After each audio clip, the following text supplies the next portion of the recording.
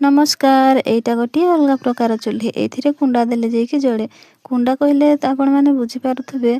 जो धान पेसेला बेले चाउल हुए से चाउल जो कुंडा अलग हो बाहर से कुंडा को आम ये व्यवहार करूँ से जो खार बाहर ताकू आम जैविक खत भाव में बिलरे भी पकई पार जहाँकि माटी उर्वर हो यही कुंडा को गाई बड़द को भी खावाई दे पार केमिति देवा से मानकू पेज कुंडा आउ पेडिया को भल भाव में मिसई देवा मिसई देकी आम गाई को भी खावाई दे पार आउ एठी आम चूल्ही प्रस्तुत हो जाइए आमे कुंडा को अजथा न फोपाड़ी कि आमे एमिति कुंडा को व्यवहार करिथाउ। आपण माने केमिति व्यवहार करंती मते कमेंट रे जणाइबे। मु एठी जरी रे निया जळै देली निया जळै सारला परे मु एठी रोषेई करिबी देखंतु भल भाव रे निया जळुछि केते सुंदर लागुछि तापरे मु एठी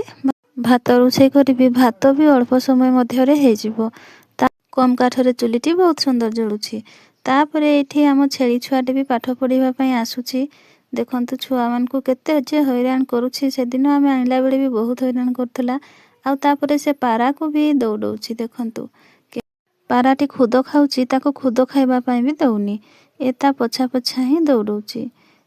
आउ ताको खुद खाइबा पई देले तो से खुद खाइबो से खाली एमिति दौड़ी लाउछि तापरे एठी पिला माने पाठ पढ़िला बेले भी से पाखको आसुछि आउ से भी बोधे पाठ पढ़िबो